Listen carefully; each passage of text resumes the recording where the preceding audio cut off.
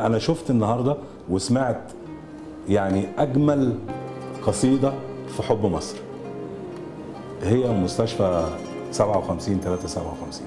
أنا من أول ما دخلت من باب المستشفى وأنا شايف ناس بيهمها في الأول الإنسان، بشوف مصر الرحيمة الطيبة الحنونة.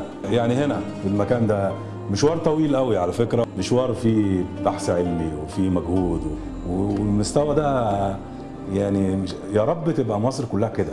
يعني اتعلمت النهارده حاجه عظيمه جدا من المكان ده، ان مهما كانت قدرتك على التعبير فانت لسه صغير قوي قوي قوي قوي قوي، امكانياتك ضعيفه انك تقدر تعبر عن القيمه الانسانيه اللي موجوده في مكان زي دوت.